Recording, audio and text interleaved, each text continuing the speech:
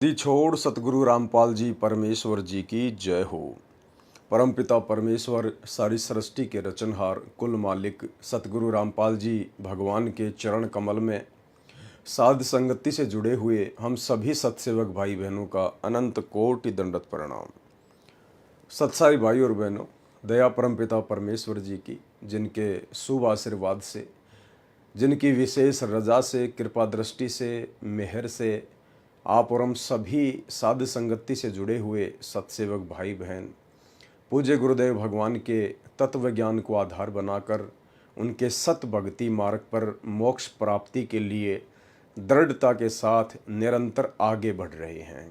भाई और बहनों, भक्ति और भगवान पुस्तक के ऊपर वीडियो बनाने की श्रृंखला जारी है और बीच में 2 पुस्तकें और थी। शैतान बना भगवान, जो कि एक कृष्णदास नाम के गुरुद्रोही व्यक्ति के द्वारा प्रकाशित की गई थी। उसके ऊपर 2 वीडियो गुरुदेव भगवान ने बनवाए। उसके बाद में गुरु महिमा के ऊपर अभी वर्तमान में जो वीडियो बनने जा रहा है, ये पुस्तक गांव डोबी, जिला हिसार, हरियाणा के कुछ भक्तों ने मिलकर अपने पूज्य गुरुदेव भगवान सतगुरु रामपाल जी परमेश्वर जी की महिमा में निकाली थी। और इस पुस्तक को प्रकाशित करने के बाद सतगुरु रामपाल जी परमेश्वर जी के कलयुगी परिवार में, उनके बेटा बेटी, भाई बंधु, रिश्तेदारों में, चंद कोऑर्डिनेटरों में खलबली मच गई, जिन लोगों ने संगत को मूर्ख बनाकर वर्तमान में जगह जगह सतलोक आश्रम खोलकर अपना धार्मिक धंधा सेट कर रखा है। इस पुस्तक के ऊपर पहला वीडियो बन चुका है, कर पहचान छुड़ावण आयो। इस पुस्तक का नाम है कर पहचान छुड़ावण आयो। ये परमेश्वर की आत्माओं ने मिलकर उनकी महिमा में बनाई है। इस पुस्तक को पढ़ने के बाद सतलोक आश्रम मैनेजमेंट हरियाणा वालों में खलबली मच गई और उन्होंने आनन फानन में एक पीला पर्चा गांव डोबी, जिला हिसार, हरियाणा के 12-13 भक्तों के खिलाफ निकाल दिया गया कि आप लोगों ने ये पुस्तक क्यों निकाली है, और संगत को भड़का दिया गया कि ये पुस्तक संत रामपाल जी के विरोध में निकाली गई है। और उन भक्तों को 1 महीने का टारगेट दिया गया कि 1 महीने के अंदर अंदर हमें जवाब दीजिए कि आप इस पुस्तक को बांटना बंद करेंगे या नहीं, या फिर हमें आप लोगों को गुरुद्रोही घोषित करना पड़ेगा। तो पुस्तक का एक पार्ट आप भाई बहनों को सुना दिया गया है और कितनी अच्छी महिमा उन परमेश्वर की विशेष आत्माओं के द्वारा गुरुदेव भगवान की गई है। भाई और बहनों, ये आपने देख लिया। यानी ये काल का भयंकर षड्यंत्र है, कलयुग की बिचली पीढ़ी है। हर प्रकार से काल भगत आत्माओं को तोड़ने का प्रयास करेगा। जो व्यक्ति गुरु महिमा करेगा, जो व्यक्ति गुरु को भगवान मानेगा, जो व्यक्ति ज्ञान को आधार बनाकर भक्ति करेगा, काल उसको हर प्रकार से परेशान करवाएगा। क्योंकि परमेश्वर जी की स्वयं की वाणी है कि जो मम संत सत शब्द दृढ़ावे, वाक्य संग सब राड बढ़ावे। परमेश्वर ने कहा था कि जो मेरा भगत, जो मेरा संत इस सत भक्ति के ऊपर लोगों को दृढ़ करेगा, उसके साथ जो काल के दूत होंगे, जो निकम्मी आत्माएं होंगी, वो उनके साथ अच्छे से पेश नहीं आएंगी।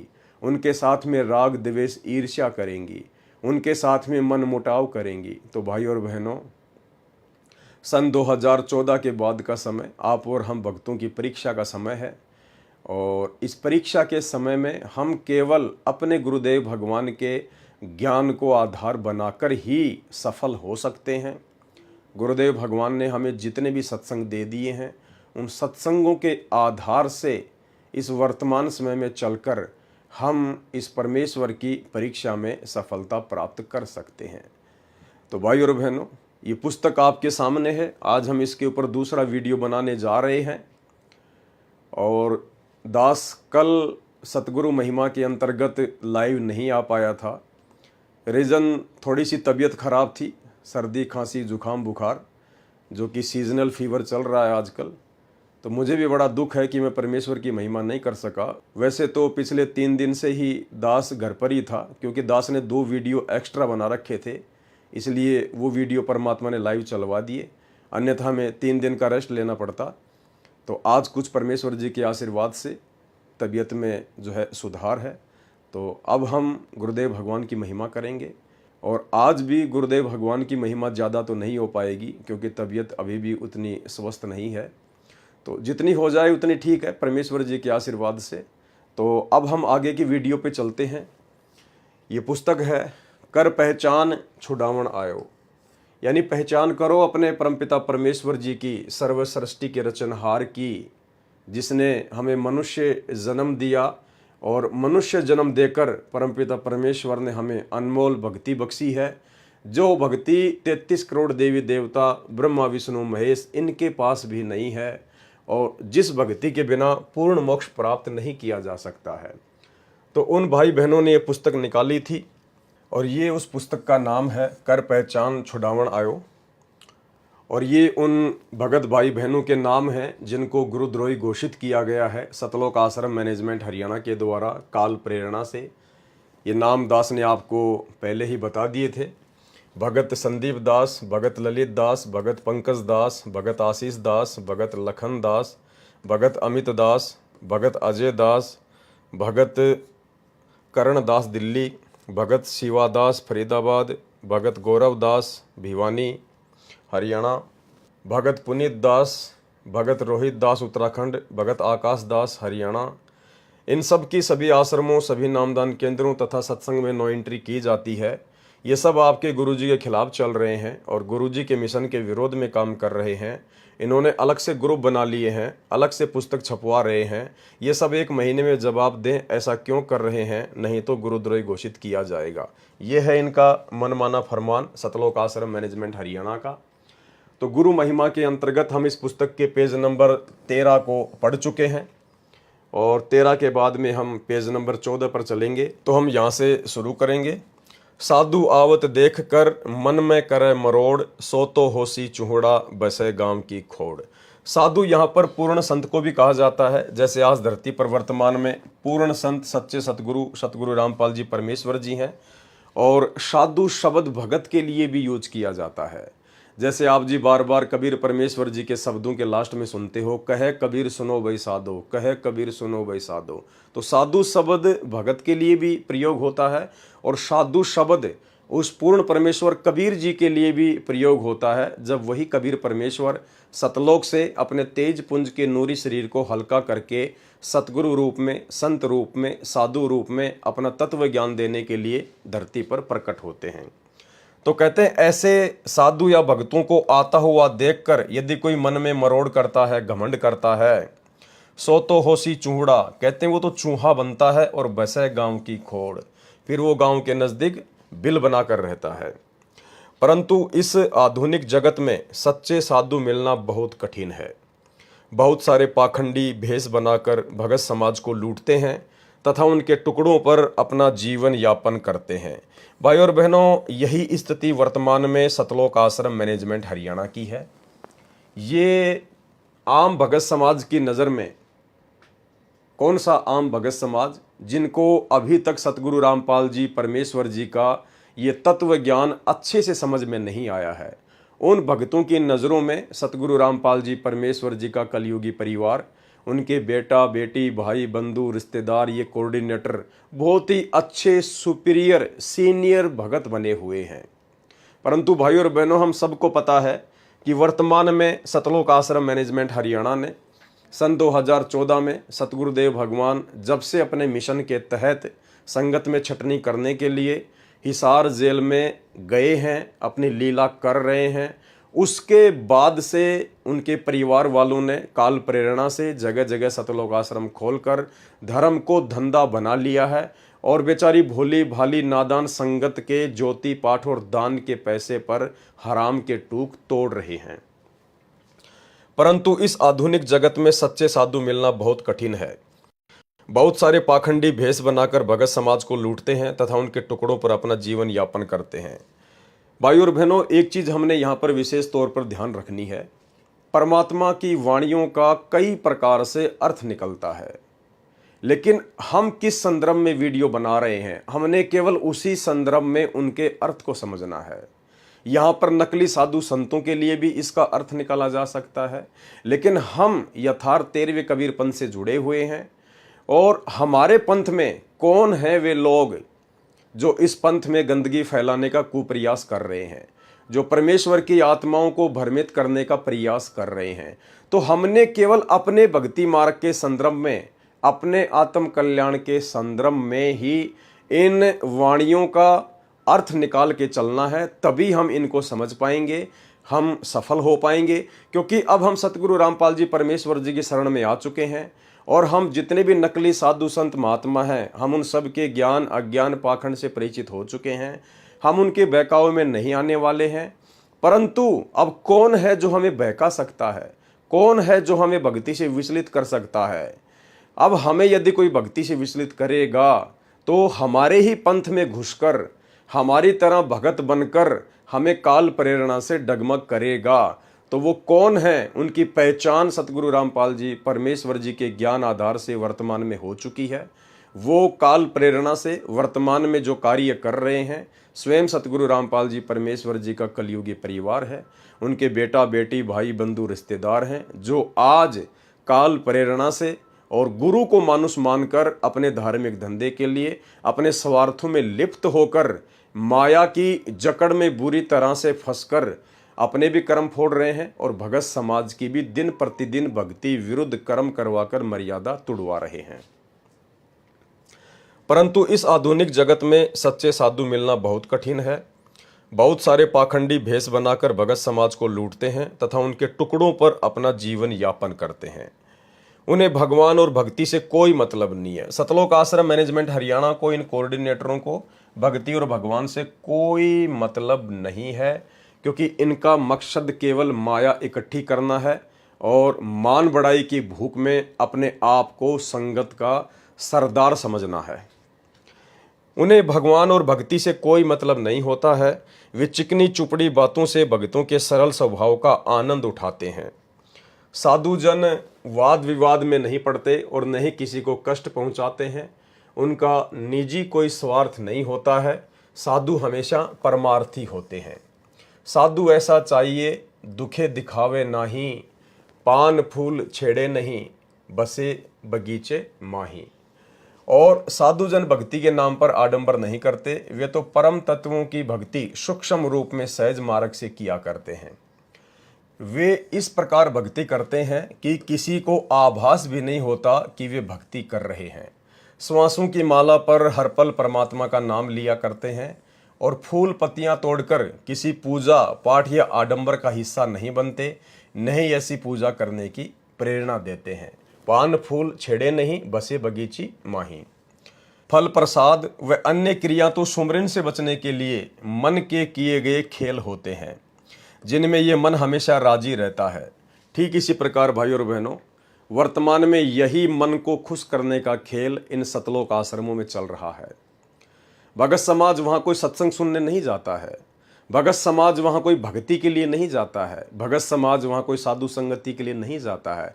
और ना ही गुरुदेव के कलयुगी परिवार के द्वारा इन लोगों को भक्ति का पाठ पढ़ाने के लिए बुलाया जाता है। इनको केवल माया चाहिए और संगत को चाहिए मनोरंजन, टाइम पास, कि काफ़ी दिन हो गए घर पर बैठे हैं, टाइम पास नहीं हो रहा, चलो धनाना आश्रम, चलो नेपाल के आश्रम में, चलो सोजत के आश्रम में, चलो इंदौर के आश्रम में, सिर्फ टाइम पास के लिए। और वहाँ जाने के बाद में आप सबको पता है भाई और बहनों, भगत समाज इधर उधर दौड़ता रहता है, भागता रहता है, घर विद की बातें करते हैं, राजनीति की बातें करते हैं, रिश्तेदारियाँ जोड़ते हैं। जब उनसे मन ऊब जाता है, उसके बाद इन आश्रमों में लहर तारा तालाब बना दिए गए हैं, जहाँ एक कमल के फूल पर एक नंगे बच्चे को लिटा दिया गया है। वो पानी में घूमता रहता है नाव की तरह। भगत समाज देखकर बड़ा प्रसन्न होता है, सेल्फियाँ लेता है, फ़ोटो खींचता है। जब उससे मन भर जाता है तो थोड़ा और आगे चलते हैं। वहाँ पर एक गाय खड़ी कर दी गई है। गाय के नीचे एक छोटा सा बच्चा खड़ा कर दिया गया है मिट्टी का, और भगत समाज उसको देखने लग जाता है। उससे मन भर गया तो फिर कबीर जी की झोपड़ी बना रखी है। आगे कबीर जी कपड़ा बुन रहे हैं, पीछे मिट्टी का पहाड़ है, भगत उसको देखने चले जाते हैं।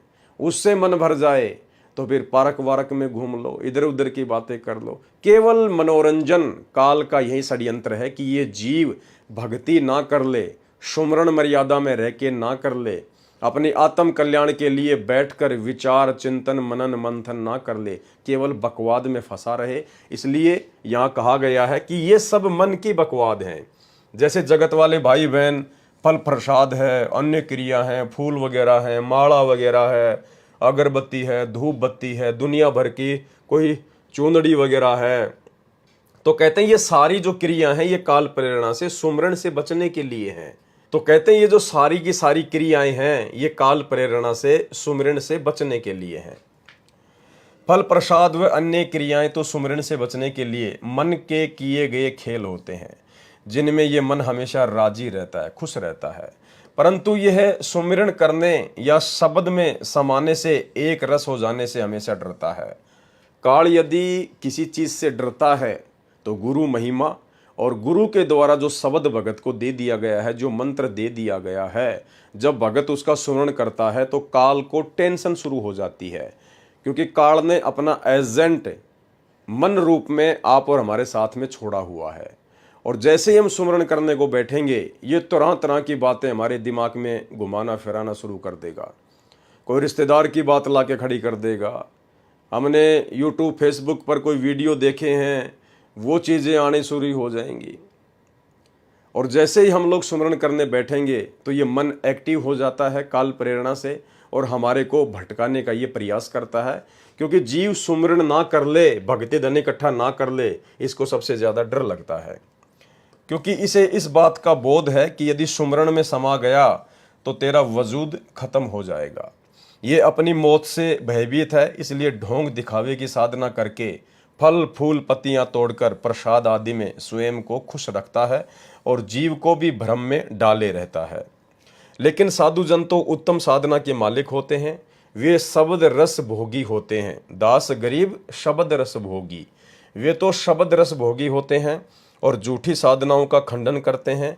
कबीर साहिब जी एक शब्द के माध्यम से जीवन को चेताते हुए कहते हैं, मेरे साधु भाई सहज समाधि भली।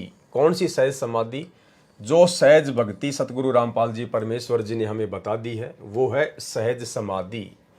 जब से दया हुई सतगुरु की सूरत अगम को चली, जब से सतगुरु रामपाल जी परमेश्वर जी की दया हुई, उन्होंने नाम दीक्षा दी, अपने ज्ञान से परिचित करवाया, तब से हमारी सूरत, हमारी आत्मा अगम को चली, यानी सतलोक की ओर चली। जहां जहां जाऊं सोई परिक्रमा, खाऊं पीऊं सो पूजा, ग्रह उद्यान एक कर देखूं, भाव मिटाऊं दूजा। यानी भगत का फिर इन नश्वर चीजों से, जो काल के लोक में जो नश्वर चीजें हैं, फिर इनसे भगत का मन धीरे धीरे हटने लग जाता है। भगत एक रस हो जाता है, सुख में दुख में, लाभ में हानि में, चाहे कोई इज्जत दो चाहे कोई बेइज्जती करो, भगत को इन चीजों से कोई फर्क नहीं पड़ता है। शब्द निरंतर मनवार आता, यानी जो शब्द गुरुदेव भगवान ने दे दिया, जो मंत्र दे दिया, हरदम मैं उसके ऊपर लगा रहता हूँ।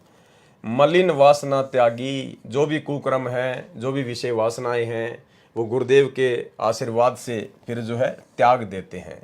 उठत बैठत सोवत जागत ऐसी तारी लागी, हाथ न मूंदो तो कान न रूंदो, काया कष्ट न धारूं। जैसे राधा स्वामी पंथ वाले 2.5 घंटे सुबह 2.5 घंटे शाम को जैसे कान वगैरह बंद करके, आंख वगैरह बंद करके कहते हैं कि ध्यान लगाओ, तो कहते हैं ये सब कुछ नहीं करना पड़ेगा, उसके बाद में सब कुछ व्यर्थ की पूजा पाठ है। ये उठत बैठत सोवत जागत ऐसी तारी लागी, जो सुमरण सतगुरु ने दे दिया उसको कैसे भी कर लीजिए, उठते बैठते खाते पीते सोते जागते नहाते। उसके बाद फिर आपको हाथ ना मूंदो तो कान ना रूंदो, काया कष्ट ना धारूं। यानी हमने शरीर को विशेष प्रकार का कोई कष्ट नहीं देना है, जो कष्ट पाखंड पूजा के अंतर्गत आता है। खुले नयन से साहिब देखूं, सुंदर रूप निहारूं, कहे कबीर ये उन्मुन रहनी, प्रकट करके गाई, दुख सुख से परे परम पद, जो पद में रहे समाई। जिसने पूर्ण गुरु की शरण ग्रहण कर ली वह पद को जान सकता है। कौन सा पद? परम पद, सतलोक वाला परम पद। और वो कौन जान सकता है? जिसने पूर्ण गुरु की शरण ग्रहण कर ली। तो आज हम भाई बहनों को सतगुरु रामपाल जी परमेश्वर जी की शरण प्राप्त है और इन्हीं के विशेष आशीर्वाद से आज हमने उस पद को जान लिया है, परम पद को जान लिया है, यानी सतलोक को जान लिया है और मुक्ति मुकाम को हासिल कर सकता है। मुक्ति रूपी मुकाम, मुकाम यानी मंजिल, मुक्ति को हासिल कर सकता है। परंतु जिसे पूरा गुरु नहीं मिला और पूरा गुरु मिलने के उपरांत भी गुरु में सच्ची आस्था नहीं बनी, गुरु से सच्चा प्रेम नहीं हुआ, तो भी मनुष्य आध्यात्मिक लाभ से वंचित रहता है। कबीर साहिब जी कहते हैं, जैसी प्रीति कुटुंब में तैसी गुरु में होए, कहे कबीर उस दास का पल्ला पकड़े ना कोई। परमात्मा कहते हैं, जैसी आपकी प्रीति यानी आपकी लगन, आपका प्यार, आपका समर्पण आपके परिवार में, आपके बाल बच्चों में है, यदि ऐसा सतगुरु से हो जाए तो कहते हैं फिर आपका कोई पल्ला पकड़ने वाला नहीं। यहाँ पर पल्ला पकड़ना मतलब ये काल फिर आपको खींचेगा नहीं, अंतिम समय में आपका पैर खींचने वाला फिर कोई नहीं है। गुरुदेव भगवान कहते हैं कि नर संसारी लगन में दुख सहे करोड़ा और परमार्थ के कारण जितना सहे उतना थोड़ा। यानी एक इंसान अपने परिवार के भरण पोषण में करोड़ों प्रकार के दुख सहन करता है, दुनिया भर की चिंता टेंशन लेकर घूमता फिरता है, और कहते हैं यदि परमात्मा के मार्ग में संघर्ष करते हुए यदि आपको थोड़ा बहुत कोई कष्ट भी सहन करना पड़ जाए तो कहते हैं वो बहुत ही थोड़ा है, बहुत ही थोड़ा। नर संसारी लगन में दुख सह करोड़ा और परमार्थ के कारण जितना सहो उतना थोड़ा। अर्थात जो प्रीति हम माता पिता और बाल बच्चों में रखते हैं, ऐसी ही प्रीति यदि गुरु में हो जाए, ऐसा ही भाव यदि गुरु से हो जाए, तब आध्यात्मिक जीवन मिलता है और गुरु का पूर्ण प्रेम हासिल होता है।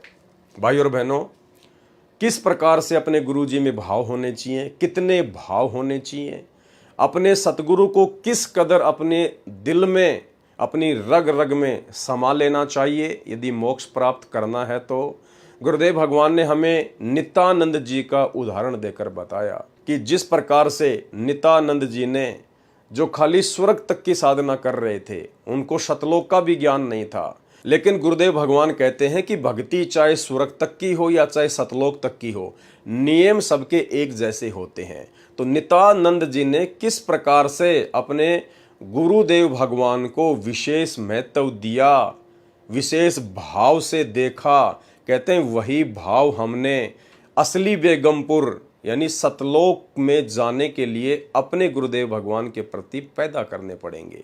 सुनिए। शब्द से न सतगुरु की पहचानी, पाया अटल सुहाग रे, नित्यानंद महबूब गुमानी, प्रगट पूर्ण भाग रे, प्रगट पूर्ण भाग रे। देखो अपने गुरु के प्रति कितना लगाव दिखाया है। नित्यानंद के गुरु जी थे गुमानी दास वैष्णव। देखो बच्चों, खेल चाहे डिस्ट्रिक्ट स्तर का लेवल का है, चाहे राष्ट्रीय स्तर का, चाहे अंतरराष्ट्रीय स्तर का, उनके नियम एक जैसे होते, लेकिन लाभ न्यारा न्यारा। इसी प्रकार ये वैष्णव साधु थे, गुमानी दास थी, और ये गुरु पद पर, सही गुरु पद पर थे विष्णु जी के, क्योंकि सुखदेव ऋषि स्वर्ग से आकर इनको मिला था, इनको विष्णु जी का पाठ पढ़ाया, और हमारे को सतलोक से स्वयं परमात्मा हमारे गुरुदेव गरीबदास जी को मिले, उनको सतलोक का पाठ पढ़ाया, और वो परंपरा हमारे पास है। विष्णु वाली परंपरा नित्यानंद जी के पास थी। अब उसको इतना ही ज्ञान था, उसके ऊपर कुर्बान होगा, उस सत्र का लाभ उसने जरूर मिला होगा। तो अब हमारी आंख खुल गई कि इतना कुछ किया उस महापुरुष ने, और बात वही की वही रहेगी। अपनी किस्मत सराहो ही बात। गरीब सतगुरु के सजदा करूं, कर्म छुटाए कोट, जो ऐसे सतगुरु की निंदा करे यम तोड़ेंगे होठ। तो बच्चों क्या कहता है नित्यानंद जी, नतानंद महबूब गुमानी। महबूब सबसे प्रियतम, सबसे प्रिय आइटम मेरे गुरुदेव महबूब मुझे मिले। कोई पूर्ण भाग पिछले संस्कार उदय हुआ मेरा, तब ये सतगुरु संत मिले। बच्चों, ये निष्कर्ष निकाला जा रहा है दात मार्ग का। अर्थात जो प्रीति हम माता पिता और बाल बच्चों में रखते हैं, ऐसी ही प्रीति यदि गुरु में हो जाए, ऐसा ही भाव यदि गुरु से हो जाए, तब आध्यात्मिक जीवन मिलता है और गुरु का पूर्ण प्रेम हासिल होता है। परंतु लालच या चतुराई के कारण मनुष्य गुरु को कभी अपने घर के सदस्य की तरह नहीं समझता है, जबकि गुरु तो देही के पिता से भी बढ़कर होते हैं। कुछ चतुर लोग सतगुरु से भी मान सम्मान की आशा करते हैं और चाहते हैं कि सभी के सामने गुरु उनका नाम लेकर पुकारे, उनकी पीठ थपथपाए। परंतु जो ऐसी कुबद मन में सोचता है, वह तो नरक का अधिकारी है। कबीर साहिब जी कहते हैं, अहंकार अग्नि निस्दिन जले, गुरु से चाहे मान। कहते हैं जो व्यक्ति अपने सतगुरुदेव भगवान से इज्जत चाहता है, मान सम्मान चाहता है, कहते हैं वो तो दिन रात अग्नि में जलेगा। उसको यम न्योता दिया, बनो हमारे मेहमान। उसको फिर यमराज के दूत फिर उसको निमंत्रण देंगे कि आजा भाई, आप हमारे मेहमान बनो, अब हम देंगे आपको मान सम्मान, डंडे मार मार के, नरक में ठोक ठोक के। उनका तो यमदूत इंतजार कर रहे हैं कि मृत्यु के उपरांत तुम हमारे मेहमान बनोगे और मान सम्मान का प्रसाद हम खिलाएंगे। तुम इस बात को ध्यानपूर्वक समझ लो कि तुम्हारा ध्यान, ज्ञान और तुम्हारी अन्य पूजा साधना सब एक बनावटी है, काल के द्वारा दिया गया एक धोखा है। वास्तविक पूजा और वास्तविक ज्ञान तो गुरु के अतिरिक्त कुछ भी नहीं है। कबीर साहिब जी ने कहा है, मूल ज्ञान गुरु रूप है, मूल पूजा गुरु पांव, मूल नाम गुरु वचन है, मूल सत्य सद्भाव। तुम सच्चे भाव से गुरु की भक्ति में लग जाओ, गुरु के ऊपर न्योछावर हो जाओ और गुरु को ही परमात्मा समझकर उनसे प्यार करो, गुरु को ही परमात्मा समझकर उनसे प्रेम करो। ये भक्ति का मूल मंत्र है।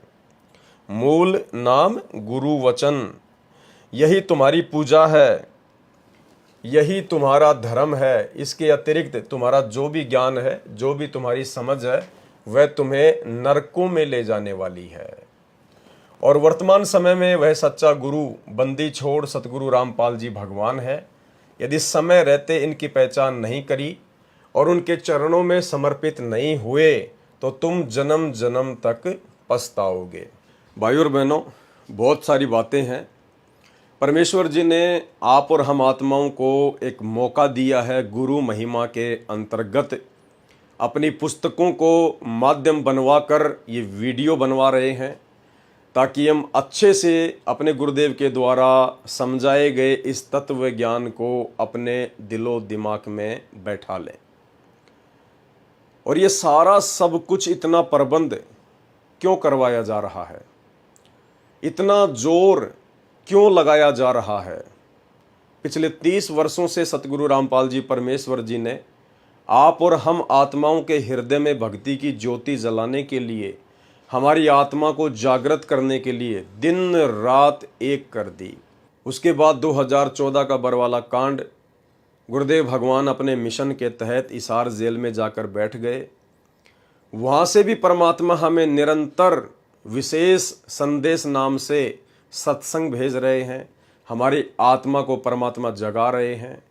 पिछले 8 वर्षों से परमेश्वर ने साध संगतियाँ शुरू करवा रखी हैं। परमेश्वर को एक सेकंड का चैन नहीं कि कहीं ये आत्मा काल के रंग में दोबारा से ना रंगी जाए। यानी इतना सब कुछ प्रयत्न क्यों किया जा रहा है, हमने इसके पीछे के मूल कारण को समझना पड़ेगा।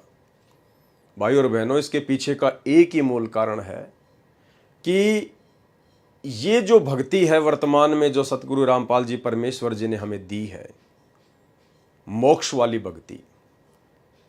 भाई और बहनों, इस भक्ति मार्ग में मोक्ष केवल सतगुरु रामपाल जी परमेश्वर जी के धरती पर रहते सहते ही प्राप्त किया जा सकता है, या फिर सतगुरु रामपाल जी परमेश्वर जी ने इस पृथ्वी लोक को छोड़ने से पहले, यानी जितने समय के लिए परमात्मा सतगुरु रूप में आप और हमें ज्ञान समझाने के लिए आए हैं, जिस दिन सतगुरु रामपाल जी परमेश्वर अपने सतलोक को प्रस्थान कर जाएंगे, उसके बाद किसी का मोक्ष नहीं होगा, पूर्ण मोक्ष नहीं होगा, सतलोक नहीं जा पाएगा।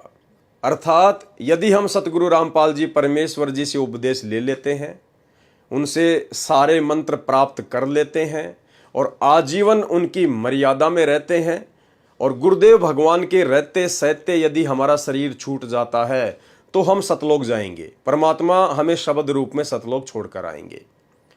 दूसरी वो आत्माएं पूर्ण मोक्ष प्राप्त कर सकती हैं जिन आत्माओं ने गुरुदेव भगवान के रहते सहते उनसे उपदेश प्राप्त कर लिया, सारे मंत्र प्राप्त कर लिए।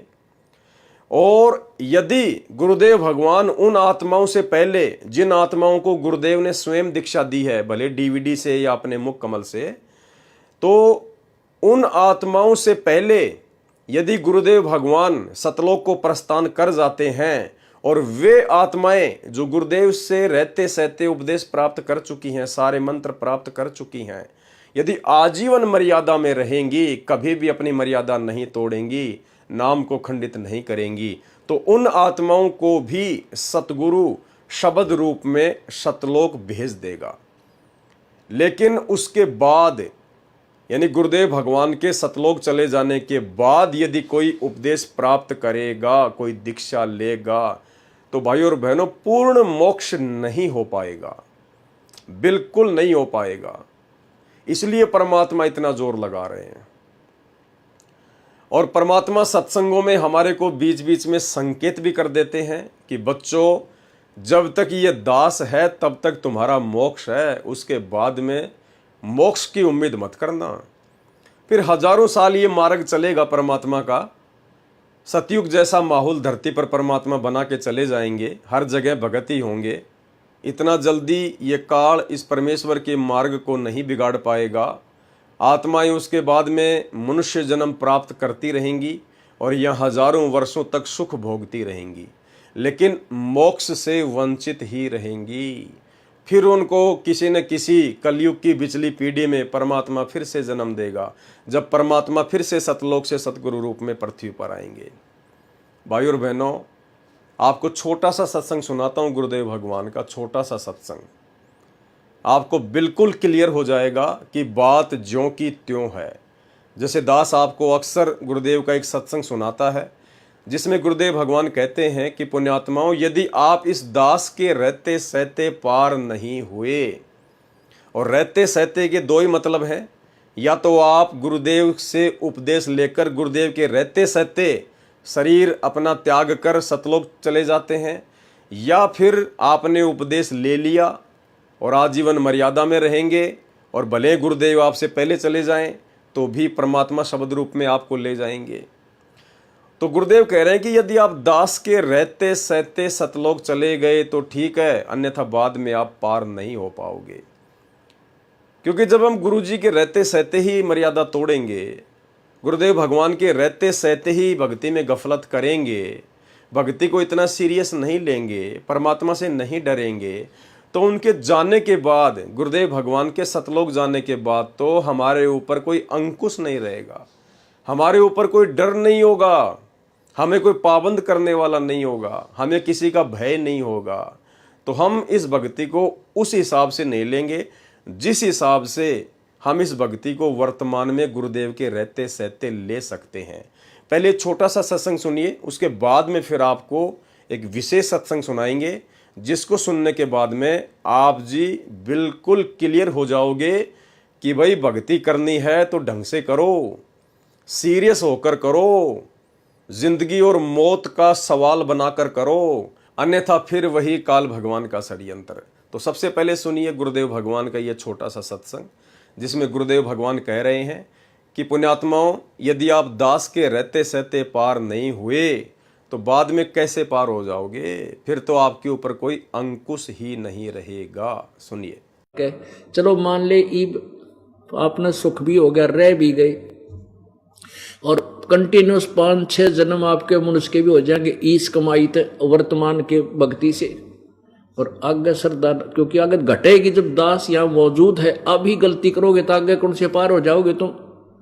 अब तो हर तरह से मर्यादा आपको समझाता हूँ, ये बताता हूँ ये गलती मत करो, तुम्हें फाउल पॉइंट बताता हूँ कि ये गलत, ये पॉइंट फाउल है, तेरा नाम खंड हो गया। तो अब भी जर रह जाओगे तो फिर आगे कैसे पार होगे तुम।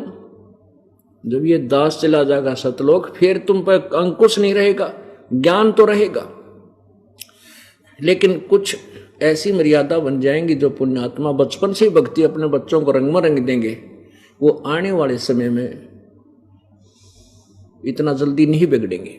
और जो वर्तमान में बिगड़ जाएगा तो आगे गलती हुई पड़ी है उस तक।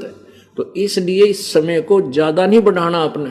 तो भाई और बहनों, वीडियो आपने सुना, परमात्मा ने जो हकीकत थी वो इसमें बता दी है। अब क्यों कहा परमात्मा ने ये, इसके पीछे का रीजन अब ये अगला वीडियो है जो अभी तक आपने नहीं सुना है। इस अगले वीडियो में गुरुदेव भगवान स्पष्ट तौर पर कह रहे हैं, क्योंकि भाई और बहनों, परमात्मा कहते हैं कि शब्द सैन सतगुरु की पहचान है, वो पावे अटल सुहाग रे। जो भगत अपने गुरुदेव के सत्संगों में छुपे हुए संकेतों को पहचानने लग जाएगा, वही भक्ति मार्ग पर दृढ़ होकर भक्ति कर सकता है, सीरियस होकर भक्ति कर सकता है। तो परमेश्वर ने ऐसा ही संकेत दे दिया, और हम इसको संकेत भी नहीं कह सकते, स्पष्ट तौर पर कह सकते हैं कि परमात्मा ने खुल्लम खुल्ला बोल दिया है। अब भाई जिसकी जितनी बुद्धि उतना ही समाए, उसका बुरा मत मानियो, बेचारा अधिक कहाँ से लाए। तो इस सत्संग में गुरुदेव भगवान कह रहे हैं कि ना तो ये सतभक्ति इस दास से पहले थी। इस दास से पहले का मतलब है परमात्मा तो पहले भी आए थे, सतयुग में भी आए थे, द्वापर, कलयुग और कलयुग की प्रथम पीढ़ी में भी आए थे, गरीबदास जी के रूप में भी आए थे। फिर गुरुदेव क्यों कह रहे हैं कि इस दास से पहले ये भक्ति नहीं थी। भक्ति तो थी, लेकिन उस समय ये मोक्ष का समय नहीं था। उस समय आत्माओं को सतलोक भेजने का प्राइम टाइम नहीं था। परमेश्वर ने पूर्ण मोक्ष प्राप्ति के लिए ये चौथा युग जो पिछली पीढ़ी है, इसी को परमात्मा सेलेक्ट करते हैं। तो आज से पहले परमात्मा ने वो मूल ज्ञान नहीं दिया था, वो मूल मंत्र जो शब्द है वो परमेश्वर ने आत्माओं को नहीं दिया था। ये केवल वर्तमान में पिछली पीढ़ी में देकर ही पार करना था। तो गुरुदेव भगवान कह रहे हैं कि ना ही तो ये सतभक्ति इस दास से पहले थी, और जब ये दास सतलोक चला जाएगा तो ये भक्ति समाप्त हो जाएगी। भाई और बहनों, ये कोई सामान्य शब्द नहीं है। अगर ये शब्द आपके समझ में आ गए तो आपका कलेजा फट जाएगा, कलेजा, कि भाई ये तो जिंदगी और मौत का सवाल है, ये कोई नॉर्मल समय नहीं चल रहा है। परमात्मा सतलोक से उतरा हुआ है, हम आत्माओं को लेने के लिए आया हुआ है, हमारा परम सौभाग्य है। अन्यथा ये ऋषि मुनि संत महात्मा सतयुग से लेकर द्वापर के अंत तक जंगलों में जा जाके तपस्या कर करके शरीर को गला गला के मर गए, उनको भगवान की छाया के दर्शन भी नहीं हुए। तो परमेश्वर कह रहे हैं कि इस दास के सतलोक जाने के बाद ये भक्ति समाप्त हो जाएगी। भाई और बहनों, जब तक गुरुदेव भगवान हैं तब तक भक्ति है, तब तक मोक्ष प्राप्त कर सकते हैं। अन्यथा ये ज्ञान, ये भक्ति, ये आरतियां, ये मार्ग तो कई हजार साल तक चलेगा परमात्मा का, लेकिन मोक्ष नहीं हो पाएगा। तो गुरुदेव भगवान कह रहे हैं कि इस दास से पहले ये भक्ति नहीं थी, और इस दास के जाने के बाद ये भक्ति समाप्त हो जाएगी। पहले सुनिए सत्संग। मात पिता मिल जावेंगे, मात पिता मिल जावेंगे, 184 माही, ये सतगुरु सेवा और ये भक्ति भाई फेर मिलन की नाही। इससे पहले नहीं थी यह भक्ति, और इस दास के बाद यह भक्ति समाप्त हो जाएगी। अब तो चलेगी कुछ वर्षों तक, फिर कलयुग तो बहुत लंबा चौड़ा विशेष है, उसमें ये नहीं रहेगी लास्ट में। भाई और बहनों, वीडियो आपने सुन लिया। हाथ कंगन को आरसी क्या, पढ़े लिखे को फारसी क्या। अब इसके उल्टे सीधे अर्थ निकालने वाले निकालते रहेंगे। कुछ लोग कहेंगे भाई गुरुजी कह रहे हैं कि भाई चलेगी, हजारों साल चलेगी, हजारों साल चलेगी। हजारों साल तक भक्ति चलेगी, हजारों साल तक परमात्मा का मार्ग चलेगा, लेकिन उन हजारों वर्षों में पूर्ण मोक्ष प्राप्त किसी को नहीं हो पाएगा। भाई परमात्मा के चले जाने के बाद भक्ति समाप्त हो जाएगी, इसका मतलब क्या है? अरे परमात्मा कोई मरता है क्या जो परमात्मा के जाने के बाद भक्ति समाप्त हो जाएगी? भाई परमात्मा के चले जाने का मतलब क्या है कि शरीर रूप में जो परमेश्वर सतलोक से आए हुए हैं हमें भक्ति देने के लिए, जब परमात्मा इस संत रूप को छोड़कर त्याग कर या सशरीर जैसे भी हैं धरती से चले जाएंगे, उसके बाद में फिर मोक्ष प्राप्ति की उम्मीद मत करना। ये मार्ग तो चलेगा परमात्मा का, हजारों साल चलेगा, परमात्मा ऐसा माहौल बना के चले जाएंगे, लेकिन फिर मोक्ष प्राप्त नहीं हो पाएगा भाई और बहनों। अन्यथा परमात्मा को धरती पर आने की जरूरत क्या थी? ये काम तो परमात्मा सतलोक में बैठा बैठा भी कर सकता है, क्योंकि समर्थ तो उसी को कहते हैं जो कुछ भी कर दे, कहीं से भी कर दे। तो भाई जिस प्रकार परमात्मा ने सतलोक में बैठे बैठे हम असंख्य आत्माओं को इस काल की जेल में भेज दिया, तो क्या वो परमात्मा सतलोक में बैठा बैठा हम आत्माओं को आज वापस सतलोक में नहीं ले सकता था? क्यों आना पड़ा परमात्मा को? क्योंकि परमेश्वर स्वयं आकर ही आत्माओं को लेकर जाते हैं। इसलिए भाई और बहनों, ये परमात्मा तो हमेशा रहता है, ये तो सदा ही रहता है। फिर कलयुग के एंड में भी भक्ति समाप्त क्यों होगी? अगर कोई ये कहे कि भाई ये तो कलयुग के एंड में समाप्त होगी, तो कलयुग के एंड में भक्ति समाप्त क्यों होगी? क्या कलयुग के एंड में ये परमात्मा क्या मर जाता है क्या? क्या परमात्मा का नाश हो जाता है कलयुग के एंड में? तो भाई संकेतों को समझो। परमात्मा ने स्पष्ट कह दिया है कि ना ये भक्ति दास से पहले थी और ना ये भक्ति दास के जाने के बाद रहेगी। यानी मोक्ष नहीं होगा, बाकी मार्ग परमात्मा का हजारों साल तक चलेगा भाई और बहनों। इसीलिए परमात्मा ने पहले वाली वीडियो में कहा था, जो आपने सुना, कि यदि तुम दास के रहते सहते पार नहीं हो पाए तो फिर दास के जाने के बाद तुम बिल्कुल भी पार नहीं हो पाओगे। भाई जब गुरुदेव भगवान के परिवार ने उनके रहते सहते भक्ति मार्ग में इतना आडंबर और इतना पाखंड फैला दिया है काल प्रेरणा से, जैसे भक्तों से राजनीति करवाना, राजनेताओं का समर्थन करवाना, राजनेताओं की रैलियों में बसें भर भर के भक्तों को लेके जाना, गुंडों की सीबीआई जांच का समर्थन कर देना, गुंडों की सीबीआई जांच के समर्थन में भगत लोग रैलियां निकाल रहे हैं, उन गुंडों की सीबीआई जांच के लिए भक्तों के दान का 5-5 लाख रुपया चंदे के रूप में दिया जा रहा है, आरक्षणों में भगत समाज को बैठाया जा रहा है, अन्य दुनिया भर के आडंबर, कहीं पे कोई स्टेडियम खोल रहे हैं, कहीं एम्बुलेंस चला रहे हैं, कहीं बसें चला रहे हैं, कहीं अपने धार्मिक धंधे को चलाने के लिए गांव वालों के लिए रोडें बनाई जा रही है। भाई जब गुरुदेव भगवान के रहते सहते इस काल का प्रभाव इतना जबरदस्त तरीके से भगत समाज पर है, तो जब गुरुदेव यहाँ से चले जाएंगे तो तुम मोक्ष प्राप्ति की उम्मीद कर रहे हो क्या? सौपन भी मत लेना, सौपन भी। इसलिए परमात्मा कहते हैं कि ये गोल्डन चांस है, थोड़े से समय का गोल्डन चांस है। अरे हजारों साल यदि मोक्ष होना होगा तो हजारों साल का समय गोल्डन चांस नहीं होता। गोल्डन चांस होता है थोड़ा सा समय, और जिस समय ये गोल्डन चांस आता है, कलयुग की बिचली पीढ़ी आती है, उस समय ये काल भाई और बहनों हमारे अंदर ये कुबद रूपी खुजली चला देता है। एक सत्संग में गुरुदेव भगवान ने बताया कि एक अंधा व्यक्ति गलती से एक स्टेडियम के अंदर घुस गया। अब स्टेडियम बिल्कुल गोलाई में, दीवार, बहुत लंबा चौड़ा क्षेत्र, और बाहर निकलने का केवल एक छोटा सा रास्ता, 3x6 का गेट, जैसे आप और हमारे घरों में होता है। अब उसने आवाज़ लगाई, लेकिन सुनने वाला कोई नहीं था। तो अंधे ने दिमाग लगाया कि मैं दीवार के सहारे चलता हूँ, हाथ लगा के, आंखों से तो देख नहीं सकता, तो हाथ लगा के दीवार के साथ साथ चलता हूँ, कहीं न कहीं तो दरवाज़ा आएगा। उसने ऐसा ही किया, दीवार से हाथ लगाया और दीवार से हाथ को रगड़ते हुए यूं धीरे धीरे चलने लगा।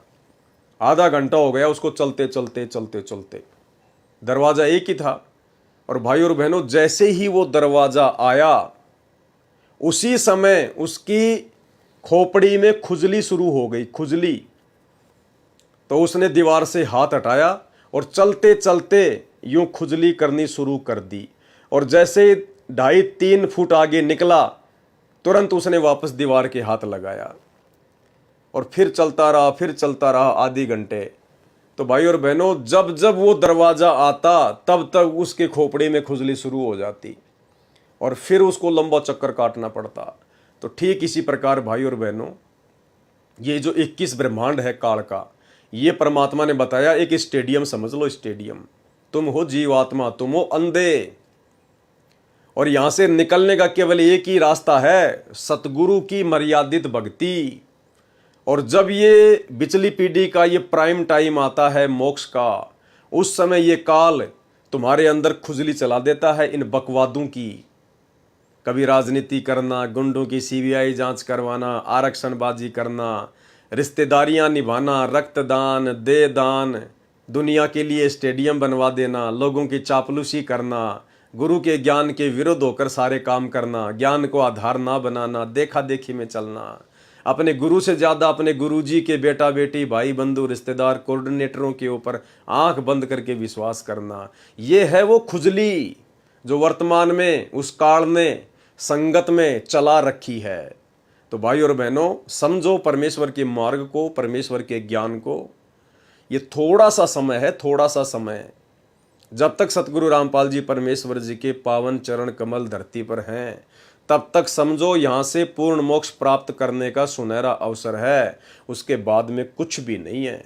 उसके बाद तो जैसी आपने भक्ति की है, जितना आपने भक्ति धन इकट्ठा किया है, परमात्मा सतयुग जैसा माहौल पृथ्वी पर तैयार कर देगा।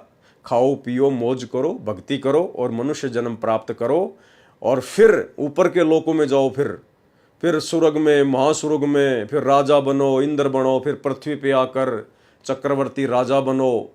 फिर वही चक्कर, स्टेडियम वाला चक्कर चल जाएगा पूरा, बार बार बार बार बार बार बार बार। तो भाई और बहनों, आप जितने भी साथ संगति से जुड़े हुए भाई बहन हैं, ये आप विशेष तौर पर समझ लेना कि ये जो सत्संग है गुरुदेव भगवान के जो आपको सुनाए जा रहे हैं, ये केवल आप ही की बुद्धि स्वीकार कर रही है। इन सत्संगों को अन्य लोगों की बुद्धि स्वीकार नहीं करेगी। दुनिया वाले तो गुरु जी को परमात्मा मानते ही नहीं, वो तो इनको एक संत भी नहीं मानते। और जो सतलोक आश्रमों से जुड़े हुए भाई बहन हैं, उनकी बुद्धि अभी खुल नहीं रही। एक दो बेचारा कोई ऐसा है जिसको परमात्मा दया करते हैं तो वो सुनता है, और सुनता है और साथ संगति में आने की सोचता है, तो उसको उनके कोऑर्डिनेटरों के द्वारा डरा दिया जाता है, धमका दिया जाता है।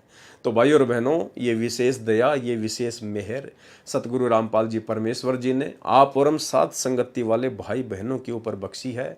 और गुरुदेव भगवान के इन अमृत वचनों को गांठ बांध लो।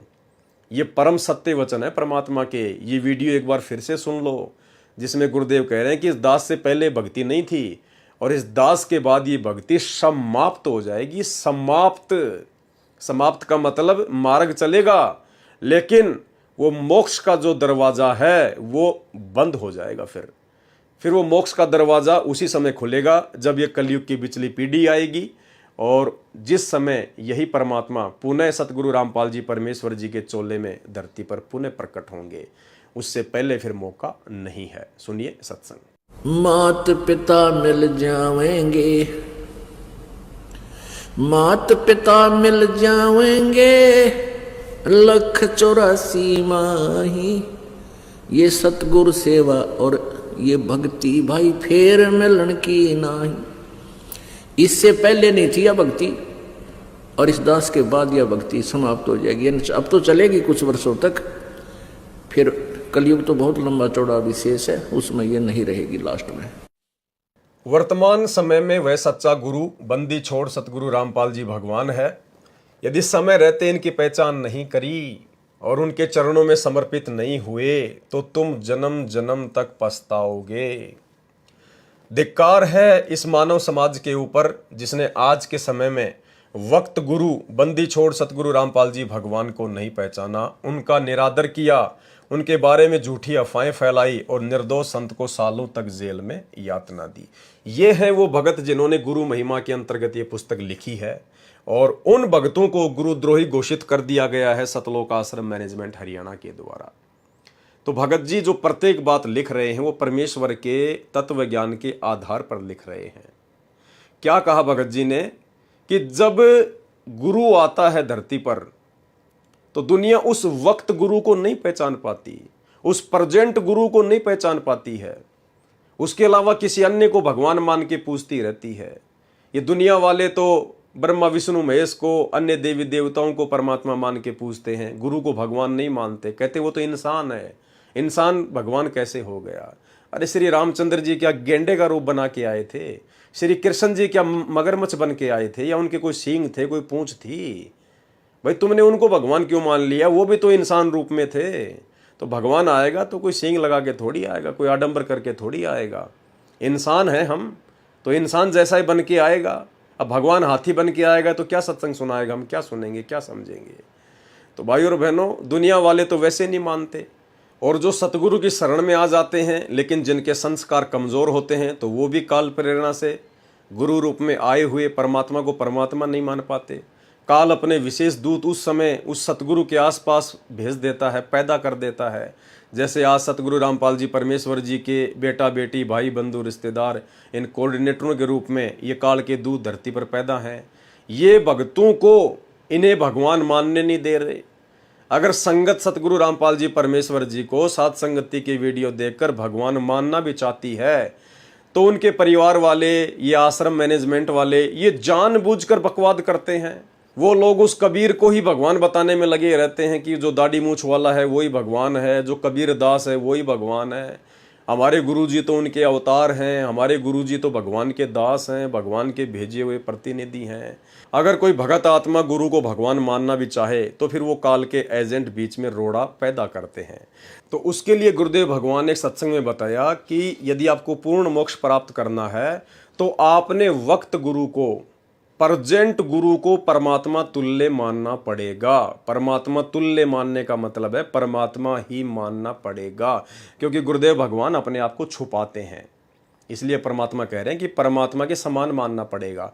भाई जो परमात्मा के समान हो गया वो तो परमात्मा ही हो गया, परमात्मा कोई दो तो है नहीं।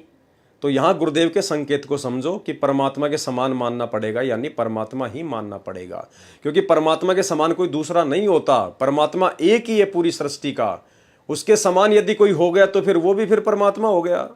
तो समझिए परमात्मा के संकेत को गुरुदेव भगवान अपने आप को छुपाते हैं, लेकिन शब्दों पे ध्यान दो कि जब तक आप वक्त गुरु को, यानी प्रजेंट गुरु को, तो वर्तमान में हमारे वक्त गुरु कौन है? सतगुरु रामपाल जी परमेश्वर जी हैं, ये प्रजेंट गुरु हैं।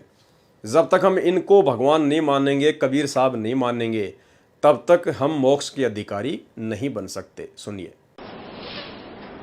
तो ये शिक्षा इसलिए आवश्यक थी कि हम अपने भगवान को पहचान लेंगे और सदग्रंथों को आंखें देख लेंगे। तो 600 वर्ष पहले आकर परमात्मा 64 लाख को की बैटरी चार्ज करके चले गए। वो पार तो नहीं हुए, ना होने थे, क्योंकि जब तक हम प्रेजेंट गुरु को परमात्मा तुल्य मान कर उसके प्रति व्यवहार नहीं करेंगे, हम पार नहीं हो सकते। चाहे कितनी भक्ति कर ले, भक्ति अलग चीज है, वो आपको मिल जाएगी, लेकिन पार होने के लिए आपको प्रेजेंट गुरु को परमात्मा तुल्य मानना होगा। तो हम उस समय कबीर जी को भगवान नहीं मान सकते थे, चाहे हमारे कितने सुख हो गए थे, क्योंकि उन भ्रमित करने वाले अज्ञानी गुरुओं ने, ब्राह्मणों ने, ऋषि महर्षि नकलियों ने परमात्मा की सिद्धांत उलट बता रखा था और वेदों की आड़ में बता रखा था, पुराणों के समर्थन देकर बता रखा था, और वो संस्कृत के ज्ञाता थे, सब ग्रंथ संस्कृत में लिपिबद्ध थे। कबीर परमेश्वर जी को वो कहते थे वो तो अशिक्षित है, उसने इसको वेदों का ज्ञान, पुराणों का और गीता का ज्ञान नहीं हो सकता। तो इसलिए हम उस समय के जो साधक थे ये बात सच्ची मान लिया करते कि कबीर जी अनपढ़ हैं, ये वेद व्याद तो जानते नहीं, पर हमारा काम खूब चल रहा है, इनकी आशीर्वाद में लाभ जरूर हो रहा है। हम इतने थे, और वो दयालु महिमा के भूखे नहीं है। वो तुम उनकी तो महिमा ओत प्रोत है और फलो है, उसने को मानना चाहे मत मानो, वो तो समर्थ है। उनकी महिमा को गाओ चाहे मत गाओ, वो तो स्वयं ही समर्थ है।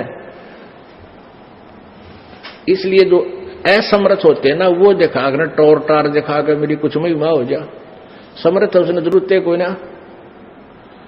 वर्तमान समय में संत रामपाल जी महाराज जी से अधिक प्रतिभाशाली न तो कोई राजनेता है, न कोई विद्वान, और न ही कोई पदाधिकारी।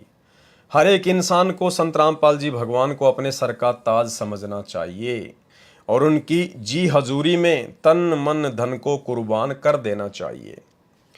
वेद पुराण और साधु संत सब ने कही निज बात, गुरु से अधिक ना दूसरा, क्या हरि क्या पितु मात। फिर तो ये पूर्ण जगत गुरु है, यही अनंत ब्रह्मांडों के स्वामी है। ये वचन सुनने में कटु लग सकते हैं, परंतु समय आने पर ये मीठे हो जाएंगे। इतना बड़ा कबीर पंथ का फैलाव है। करीबन 19 देशों में कबीर पंथ के आश्रम हैं तथा उनके प्रचारक घूमते हैं, परंतु कबीर साहिब ही पूर्ण ब्रह्म थे, ये बात पूरे कबीर पंथ में कोई नहीं जान पाया। तो वे अपने आप को किस आधार पर कबीर पंथी मानते हैं? जब वे कबीर साहिब को जानते ही नहीं तो कैसे कबीर पंथी हो सकते हैं? और भाइयों और बहनों, यही कहानी सतलोक आश्रम मैनेजमेंट हरियाणा वालों पे चरितार्थ हो रही है। 90% संगत के ऊपर चरितार्थ हो रही है, जो संगत सतलोक आश्रमों से जुड़ी हुई है। एक सत्संग में गुरुदेव भगवान ने बताया कि ये जितने भी कबीर पंथी हैं, इन्होंने केवल अपने अपने आश्रमों में ढोल पीट दिया कि कबीर साहिब भगवान है, कबीर साहिब भगवान है, लेकिन बाहर समाज में ये लोग नहीं बता पाए, क्योंकि इनको अंदर से विश्वास नहीं था, इनको डर था, इनको भय था समाज का कि समाज हमें धिक्कारेगा। इसलिए इन कबीर पंथियों ने समाज में जाकर कभी भी ढोल नहीं पीटा कि कबीर ही परमात्मा थे।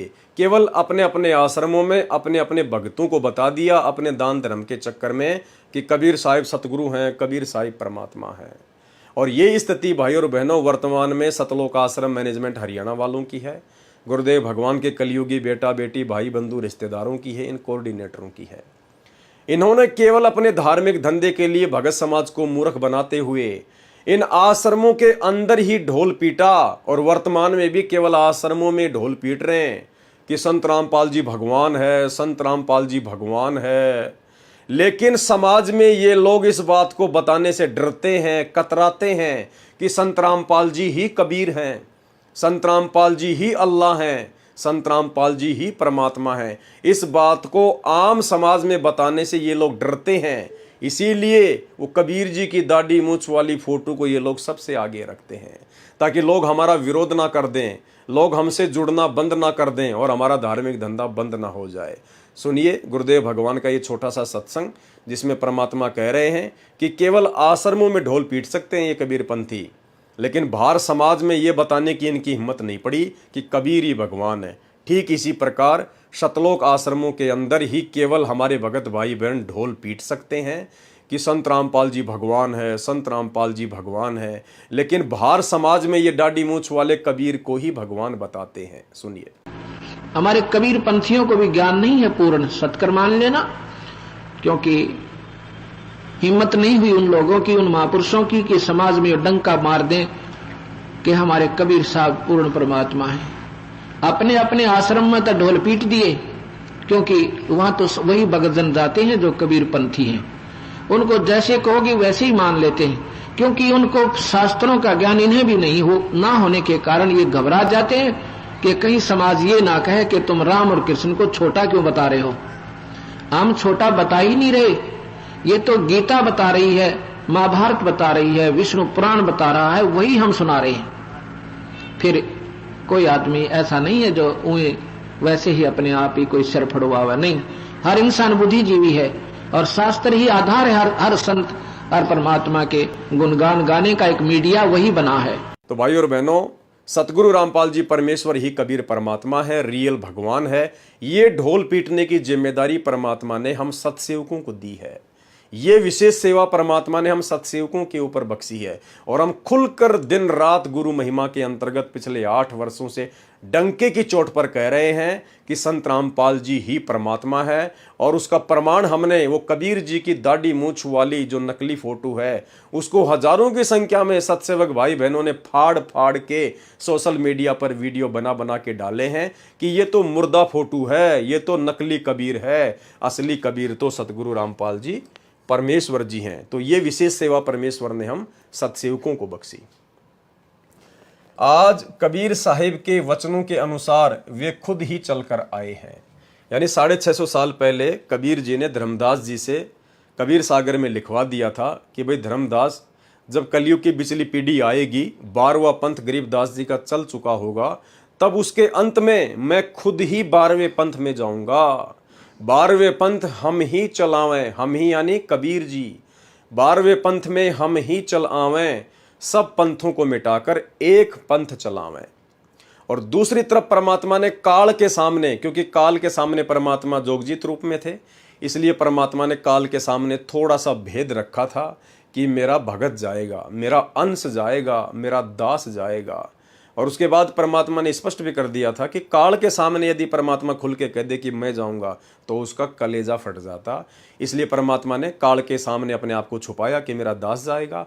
लेकिन हकीकत जो बात थी वो धर्मदास जी को बता दी थी कि धर्मदास, उस कलयुग की पिछली पीढ़ी में मैं खुद ही जाऊंगा, क्योंकि समर्थ का काम उसी को साजे और करे तो मूर्ख बाजे। सुनिए वीडियो। तो उस बार में पंथ में मैं आऊंगा स्वयं, और फिर सभी पंथों को खत्म करके एक पंथ बनाऊंगा, और सारी सृष्टि मेरा ही नाम लेगी। तेरे 42 वंश क्या सारी सृष्टि न पार करूंगा धर्मदास, इन 42 की तो चिंता छोड़ तू।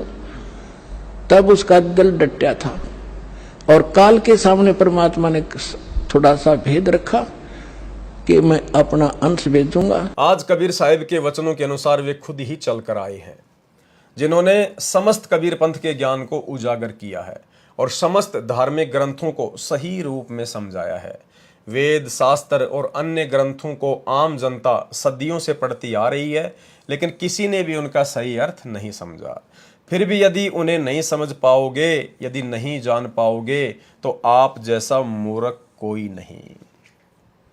अगर इतने सारे प्रमाण देने के बाद में वेदों में, गीता में, कुरान में, पुराण में कि कबीर ही भगवान है, और वो कबीर वर्तमान में है कौन, है कहाँ, यदि कोई ये समझे कि वो कबीर सतलोक में बैठा है तो हमारे किस काम का।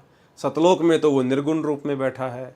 सतलोक में बैठ के तो कबीर परमात्मा केवल कर्मा अनुसार ही जीव को दे सकता है, अन्य एक्स्ट्रा लाभ नहीं दे सकता, भक्ति नहीं दे सकता। और यदि कोई ये समझता है कि वो दाढ़ी मूछ वाली जो फोटो है कबीर दास जी की, वो कबीर भगवान है, तो भाई वो फोटो ना चलती, ना बोलती, ना आपको नाम दे सकती, ना उपदेश दे सकती, ना ज्ञान दे सकती, ना आपका मोक्ष कर सकती। वो फोटो भी किसी काम की नहीं है, वो तो मुर्दा है, निर्जीव है, कागज का टुकड़ा है।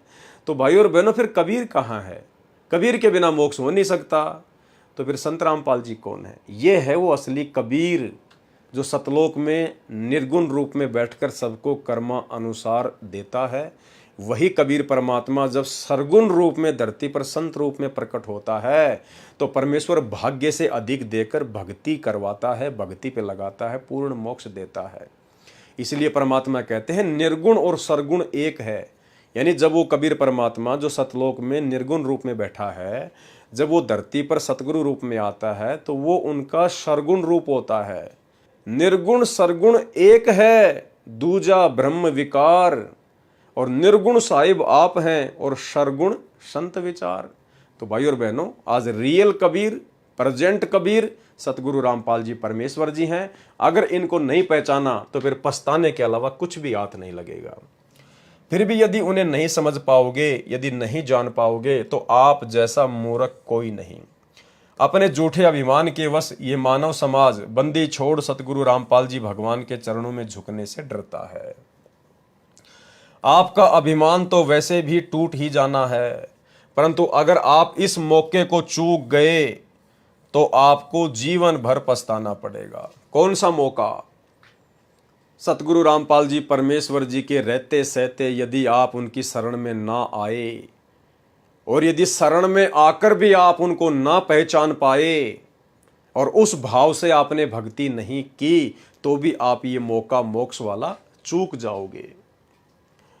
परंतु अगर आप इस मौके को चूक गए तो आपको जीवन भर पछताना पड़ेगा। मेरे वचन आपको कड़वे लग सकते हैं, लेकिन इस सत्य को समझने का विवेक केवल ज्ञान युक्त प्राणी ही कर सकते हैं। कबीर साहिब जी ने कहा है, कबीर लहर समुद्र की मोती बिखरे आए, बुगला परख न जाने हंसा चुग चुग खाए। क्योंकि परम हंस को तो केवल हंस ही समझ सकता है, भगवान को केवल भगत ही समझ सकता है। बाकी हंस या भगत के रूप में जो बगुले होंगे, जो अध कचरा होगा, वो अपने गुरुदेव भगवान को नहीं समझ पाएगा और ना ही कबीर परमात्मा के रूप में उनको स्वीकार कर पाएगा। बंदी छोड़ सतगुरु रामपाल जी भगवान को कोई महिमा की भूख नहीं है, भूख तो हमें है। हम जन्मों जन्मों से प्यासे हैं, हमने वह परमानंद का अमृत नहीं पिया, और वह अमृत बंदी छोड़ सतगुरु रामपाल जी भगवान के अतिरिक्त कोई नहीं पिला सकता।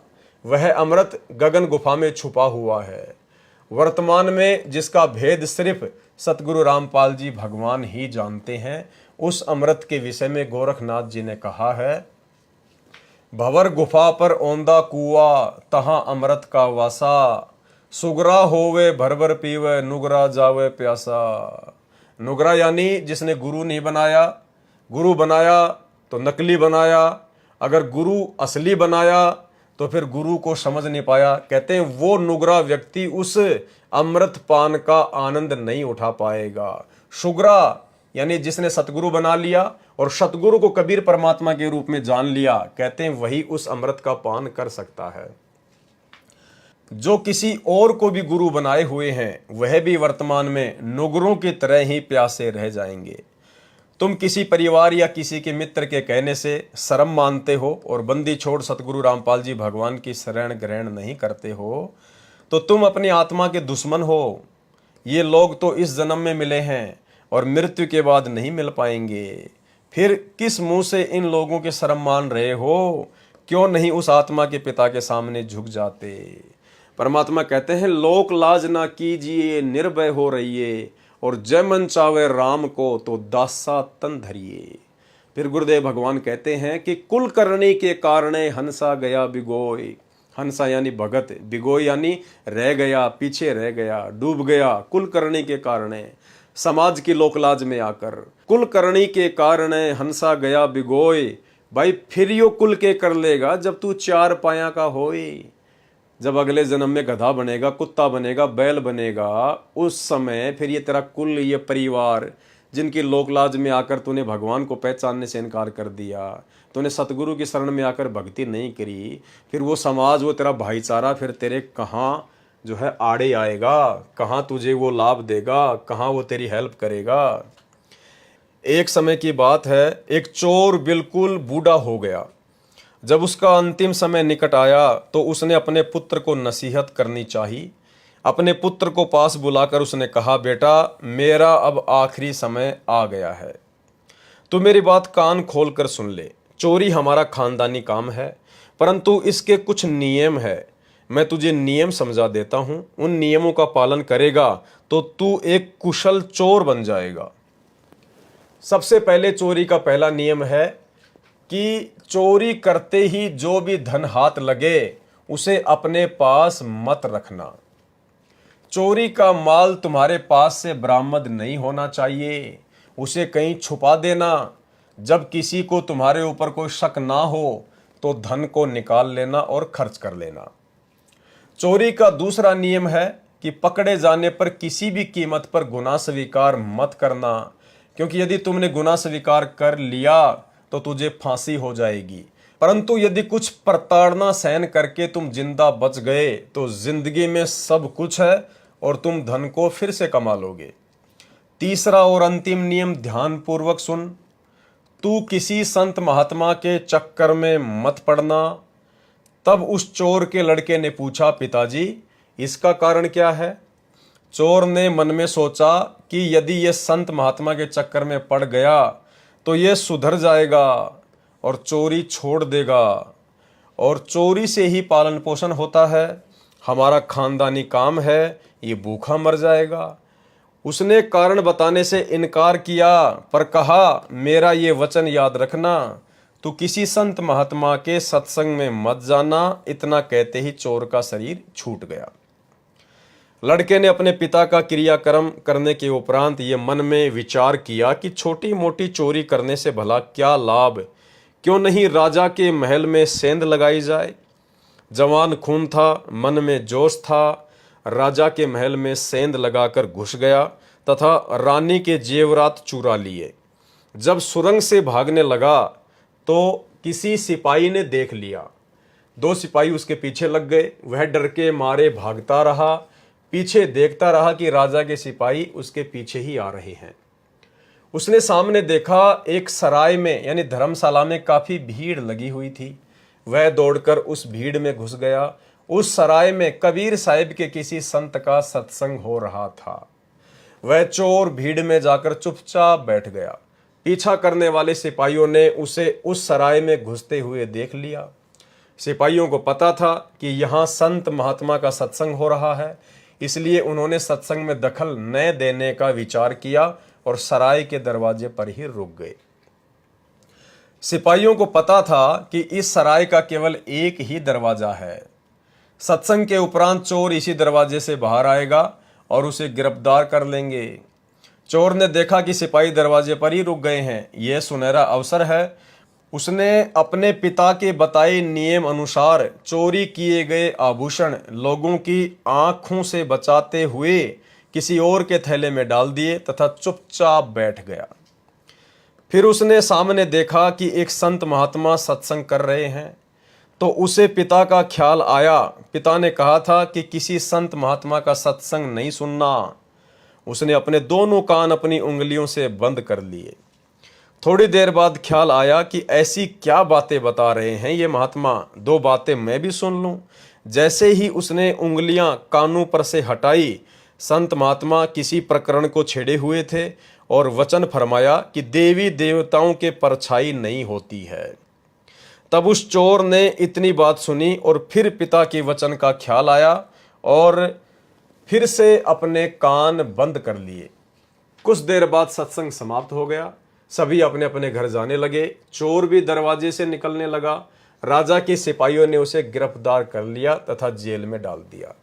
रानी के दबाव देने पर राजा ने उस चोर पर खास सख्ती बरतने का आदेश दिया। सिपाही काफी प्रताड़ना देने के उपरांत भी उस चोर से सच्चाई नहीं उगलवा सके। चोर अपने पिता के वचन पर दृढ़ था। उसे पिता की सख्त हिदायत थी कि किसी भी कीमत पर गुनाह को स्वीकार नहीं करना है। अब राजा ने दूसरी योजना बनाई।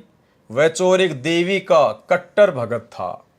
राजा ने किसी बांदी को देवी का रूप बनाकर उसे जेल में जाने का आदेश दिया तथा चोर से सच्चाई उगलवाने का षड्यंत्र रचा गया। जैसे ही वह बांदी देवी का रूप बनाकर उस जेल में प्रवेश हुई, तो वह चोर अपनी इष्ट देवी को देखकर जोर जोर से विलाप करने लगा और अपनी देवी के सामने नतमस्तक हो गया और कहने लगा, हे देवी माता, आप मुझ पापी को कैसे दर्शन देने आ गई? मैं तो अपराधी आत्मा हूँ, फिर भी मैं जैसा भी हूँ आपका ही बेटा हूँ। हे माँ, मुझ पर दया करो। तब वह देवी बोली, पुत्र, मैं तुम्हारे लिए ही आई हूँ। वैसे तो मैं सच्चाई को जानती हूँ, परंतु मैं एक बार तुम्हारे मुख से सुनना चाहती हूँ कि यह चोरी तुमने की है या नहीं।